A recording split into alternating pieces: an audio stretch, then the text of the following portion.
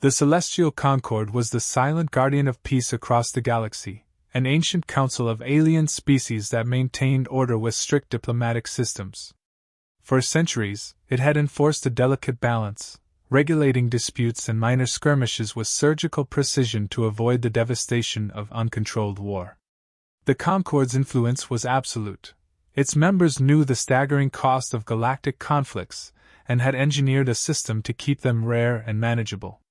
Each species within the Concord had its own stake in this peace, a hard-won understanding of mutual restraint that held the galaxy in fragile unity. But then, humanity appeared, a species new to the interstellar fold, with strange customs and a rawness that unsettled those who encountered them. They were fresh from their recent technological ascension, having unlocked faster-than-light travel after centuries confined to a single, turbulent planet. Other species observed humanity with a mixture of curiosity and mild derision, noting their unusual resilience but dismissing them as unrefined. The Concord's members assumed that humans, like all newcomers before them, would assimilate, fall into line, and adhere to the Concord's peace with time. Humanity, however, was a different breed. Unlike other species, who had long ago learned to avoid large-scale conflict, humanity carried a peculiar relationship with war. To humans, war was neither forbidden nor controlled by an external council. It was a thread woven through their history, a crucible that had tempered their spirit. From ancient battles fought with crude weapons to world-shaking conflicts that scarred their own planet, humans had endured each struggle and emerged hardened, adaptable, and, most alarmingly for the Concord, unafraid. For humanity, war was more than destruction. It was survival, unity, and a path to progress. While other species viewed violence as a last resort, humans seemed almost resigned to it as an inevitable part of existence. The Concord was unaware of the depths of this mindset until a minor territorial dispute erupted between a human colony and the Adraxians, an alien faction known for their predatory ways. The Adraxians, confident in their dominance, raided a remote human outpost, expecting the same pattern that had worked with countless other species: submission and appeasement. But humanity responded differently. Instead of negotiating or retreating, they retaliated with precision and force, treating the Adraxian raid not as a mere skirmish but as an act of existential threat. The swift and calculated response stunned the Adraxians, who had never expected a species so new to interstellar society to react with such boldness. The retaliation was not driven by anger. It was a pragmatic, almost cold response rooted in humanity's instinct for survival. The attack sent shockwaves across the galaxy, reaching the celestial Concord, which found itself scrambling to contain what it saw as an alarming breach of protocol. The Concord was baffled. Warnings were issued to humanity, subtle threats meant to curb their apparent recklessness. Messages were sent with veiled demands to retreat, to negotiate, to adhere to the Concord's peace. To the Council members, these warnings were a firm reminder of the consequences of unchecked aggression. Yet humanity's response was not what they expected. Humans did not bow or apologize. They did not seek approval or permission. Instead, they bolstered their defenses and prepared to escalate, seemingly unfazed by the Concord's threats. In human culture, appeasement in the face of aggression was seen as weakness. They had learned long ago, through their own history of global wars, that showing strength often prevented future conflict. To them, standing firm wasn't a reckless choice, it was survival.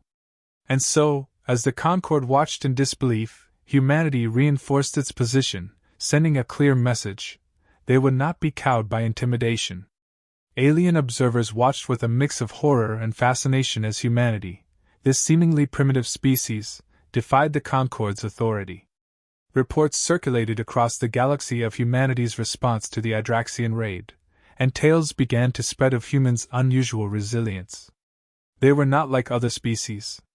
They adapted quickly, and they were unyielding in ways that unsettled even the Concord's most formidable members. As more incidents emerged, the Concord started to realize that humans approached combat not as something to be avoided at all costs, but as something they could handle and, if necessary, win.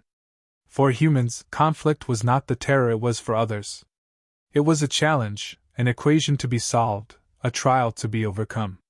The council members, accustomed to diplomacy and the threat of overwhelming force, could not understand why their attempts to intimidate humanity seemed only to strengthen their resolve. Humanity's swift and unflinching retaliation against the Adraxian raid reverberated across the galaxy, causing the Concord to pause in shock. Their warnings had been meant to curb what they saw as reckless behavior, expecting humanity to fall in line under the weight of the Council's authority. But humanity's bold defiance disrupted the delicate web of controlled peace. The Council members, who relied on their reputation for maintaining order, found themselves dealing with a species that refused to yield. This was a disruption the galaxy had not seen in generations. Unnerved by humanity's disregard for their diplomatic overtures, the Concord resorted to firmer measures. Alien envoys sent transmissions filled with threats and ultimatums, warning humanity to cease their aggression or face consequences. But instead of cowering, humanity stood resolute. Their leaders did not back down, their people did not shrink in fear. The humans didn't respond with rage or desperation, they simply prepared. They saw no need to appease those who, in their view, had done nothing to protect their people. As far as humanity was concerned, they had the right to defend themselves, and they would not ask permission to do so. This unyielding stance bewildered the Concord. Species across the galaxy watched in a mixture of horror and fascination as humanity continued to resist with unflinching resolve. The humans approached the threats with a kind of calm pragmatism, almost as if they expected the worst and were ready to face it. For humanity, the Concord's intimidation was nothing new. They had endured threats and survived, no matter the odds. And this mindset baffled the council members who, for the first time in ages, faced an adversary unmoved by their warnings. But the Concord was determined to test humanity's resilience. They began employing psychological tactics, expecting the humans to falter under pressure. Alien operatives spread rumors of overwhelming forces gathering against Earth, attempting to induce a sense of fear and submission. For most species, these kinds of tactics proved devastating, unraveling morale and making resistance seem futile. But humanity, rather than crumbling, seemed only more focused. Rumors of approaching fleets were met with increased readiness, as humans continued to reinforce their defenses with relentless determination. The humans were quick to adapt, learning from each attempt to undermine them. In every conflict, they applied tactics the Concord species had rarely seen: rapid changes, unpredictable maneuvers, and strategies that broke the conventions of galactic warfare. Alien strategists, trained to anticipate moves based on patterns honed over centuries, were caught off guard by humanity's sheer unpredictability. The humans seemed to possess a knack for innovation under pressure, a resilience that was both terrifying and perplexing to those who faced them. As the conflict intensified, reports reached the Concord of human adaptability, ingenuity, and a relentless will to survive. Each attempt to subdue them only seemed to fuel their determination. Humanity did not just fight back, they adapted, countered, and in some cases, turned the very tactics used against them into their own advantages. This level of adaptability was rare, even among seasoned warrior species, and it sent ripples of anxiety through the Concord. To them, humans appeared less like a new, naive species and more like an unpredictable force that could upend the balance of the galaxy. Galactic powers began to whisper among themselves, realizing that they might have underestimated the true potential of humanity. Other species, oppressed or silenced by the Concord's rules, watched humanity's defiance with a spark of hope. They saw in humans a species that defied oppression without hesitation, a species unafraid of the consequences. And for some, that defiance kindled long-buried desires for freedom, casting humanity as a potential ally in struggles they had only dreamed of pursuing. The Concord, sensing the shifting undercurrents, grew increasingly desperate. They understood the threat humanity posed not just militarily but ideologically. A species that refused to submit could inspire others to question the Concord's rule. To maintain control, they intensified their efforts to make humanity an example. But humanity's resolve was a wall they could not breach. The more pressure the Council applied, the stronger humanity's resistance became. By now, the Concord's attempts at psychological manipulation and intimidation had proven ineffective. Alien Council members began to question their approach, realizing that they were dealing with a species unlike any other. For humanity, the concepts of fear and submission did not carry the same weight.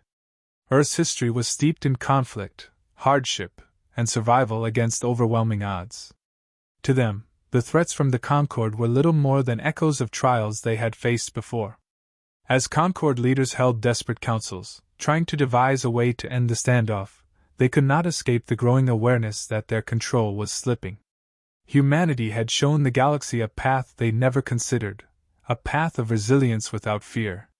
The Alien Council members, who had for so long relied on peace through intimidation, found themselves questioning whether humanity's defiance was not a threat but a challenge to their own stagnation. In their bid to contain humanity, the Concord had unwittingly exposed the truth the galaxy was only beginning to realize. Humans were not afraid. Not of war, not of conflict, and not of standing alone if they had to. The Concord's leaders, faced with humanity's unyielding stance, turned to a final attempt to understand what made this species so resistant to fear and intimidation. Concord intelligence began intercepting human communications, hoping to uncover a weakness, a sign of vulnerability. What they found, however, was a disturbing revelation. Humanity's entire history was saturated with conflicts of unimaginable scale, some fought over survival, others over principles, and many with devastating outcomes. Wars that reshaped their planet, leaving scars across landscapes and minds alike, were not isolated tragedies. They were recurring events that humanity had somehow endured, adapted to, and survived. The Council struggled to comprehend it. Humans didn't merely tolerate conflict. They seemed to absorb its lessons, weaving those experiences into the fabric of their identity. Other species saw war as something to be managed or avoided, a breakdown of order that could lead to ruin. But humanity's view was different. They treated war as a part of life itself, a crucible that refined their society and strengthened their resolve. What had driven other species to caution and diplomacy had only fueled humanity's sense of resilience, making them unafraid of the consequences others found paralyzing. Realizing this truth unsettled the Concord deeply. Their psychological tactics, the ones they had crafted over centuries, seemed absurdly ineffective now.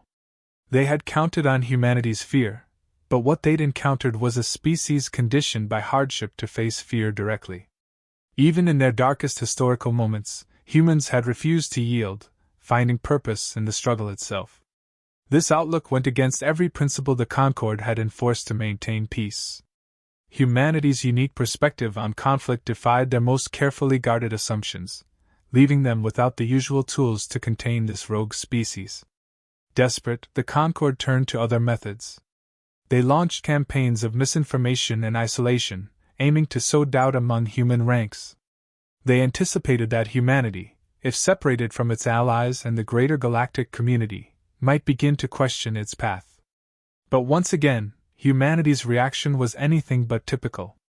The Concord's isolation tactics seemed only to galvanize them further, as humans reached out to one another across distant colonies, forming bonds of solidarity that baffled the alien strategists. They were watching a species that not only adapted under pressure but found unity in adversity, a concept utterly foreign to the Concord's usual doctrine of divide and conquer. Other council members, those who had initially dismissed humanity as a simple threat to be subdued, were now questioning the cost of continuing their campaign. Reports trickled in of human resilience that bordered on the inexplicable. Concord operatives whispered about human adaptability, their ability to innovate under constraints, and their refusal to accept anything less than survival. For humanity, it was not just about winning a battle or defending a colony. It was about proving, both to themselves and to those watching, that they could not be broken. Alien members within the Concord were increasingly unnerved. They watched as humanity countered each tactic thrown at them, not with blunt force but with an ingenuity and determination that bordered on obsessive. The humans would not bow, would not accept defeat, and the more the Concord attempted to restrain them, the clearer it became that humanity's will was something the Council had never encountered. Their council chambers, once filled with calm certainties, were now steeped in doubt. What they had considered the ultimate deterrent, intimidation, was crumbling in the face of humanity's unshakable resolve. As weeks passed, the Concord realized they were facing something far more destabilizing than they had anticipated. Humanity's defiance was sending ripples across the galaxy, inspiring species that had long been under the Concord's influence to question the value of peace if it meant living in fear. A quiet revolution was building, fueled by humanity's example. The galaxy was beginning to see a new path, one where fear was not the currency of control but rather an obstacle to be faced and overcome. The Concord's intelligence network reported that other races, some who had suffered under the Council's rules, were beginning to reach out to humanity. Minor alliances were forming, spurred by humanity's stance. The Council leaders watched helplessly as their iron grip on the galaxy weakened with every failed attempt to control Earth's newest inhabitants. Their own people, oppressed and constrained by fear for so long, looked to humanity's defiance as a symbol of freedom. Suddenly, the Concord's authority was no longer unquestioned. The Council members began to see a harsh truth. Humanity had done something the Concord had never allowed. They had inspired hope. Not through grand speeches or promises, but by showing the galaxy a side of conflict that the Concord had long buried. Humanity's refusal to yield, their willingness to stand up even when outmatched, had ignited a fire in those who had once believed that the Council's peace was all they could hope for. The Council's carefully maintained order was crumbling, not from external invasion, but from within, fractured by the very species they had tried so hard to subdue. Alien leaders, those who had once argued for humanity's containment, began to question whether peace was truly peace if it required the suppression of such strength and resilience. The realization was a slow, uncomfortable one, but as they faced humanity's unwavering resolve, the Council members could no longer ignore the transformation taking place across the galaxy. Humanity had exposed the Council's system for what it was, a fragile construct held together by fear, now threatened by a species that simply would not be afraid. The Concord was at its breaking point. Their usual tactics had failed. Their psychological strategies and threats had only strengthened humanity's resolve, and the ripple effect of Earth's defiance had begun destabilizing their entire system of control. Desperate to regain the upper hand, the Concord made a drastic decision. They would encircle Earth's solar system with a blockade, cutting humanity off from further expansion, isolating them from allies and resources. The blockade was intended as a show of dominance, a message that humanity's defiance would not be tolerated, that their strength could be contained. But humanity was not caught unprepared. For them, the blockade was not an insurmountable obstacle but another challenge to be overcome. Humanity's ingenuity once again defied the Concord's expectations. Within weeks, human engineers and scientists had repurposed old exploration vessels and converted transport ships into makeshift warships, outfitting them with whatever armaments they could muster. They didn't need an armada. They needed only enough force and will to break the lines that the Concord had drawn. And with the characteristic resilience that had already shaken the galaxy, they charged the blockade with determination and creativity. The resulting conflict wasn't a grand battle of overwhelming fleets. It was a strategic, relentless series of strikes and maneuvers that caught the Concord's forces off guard. The humans broke through the blockade piece by piece, using guerrilla tactics in the vacuum of space, employing their adaptability and determination to evade and dismantle the Concord's defenses. The Concord, for all its resources and strategy, found itself overpowered not by sheer strength, but by a tenacity they hadn't foreseen. The humans fought like a species with nothing to lose, and for every ship they lost, their resolve only grew sharper, harder. As the blockade faltered, humanity's resistance reverberated across the galaxy, reaching species that had long been oppressed or silenced under the Concord's peace. Inspired by Earth's defiance, these species began to rise, their voices joining in a growing chorus of rebellion. The Concord's attempts to isolate humanity had backfired, igniting a spark that now threatened their entire regime. Across the galaxy, those who had once felt powerless looked to humanity as a beacon of hope. Species that had endured centuries of control began to organize, emboldened by the realization that they, too, could fight for their freedom. The Concord's power began to fracture. Rebellion erupted in far-flung corners of the galaxy, and for the first time in generations, the Concord's authority was openly challenged. The council members, once secure in their power, now faced a tide of resistance that spread beyond their control. Humanity's defiance had unleashed a movement, a cascade of rebellion that was rapidly destabilizing the very fabric of the Concord's rule. Alien leaders who had once scorned humans now watched with reluctant admiration as Earth's unyielding spirit reshaped the galaxy's political landscape. Realizing the growing threat, the Concord's leadership finally understood that humanity could not be subdued or contained. They had become more than just a rogue species. They were now a symbol, a rallying point for every oppressed race seeking liberation from the Concord's iron grip. With no other option left, the Council called for an emergency summit to negotiate directly with humanity.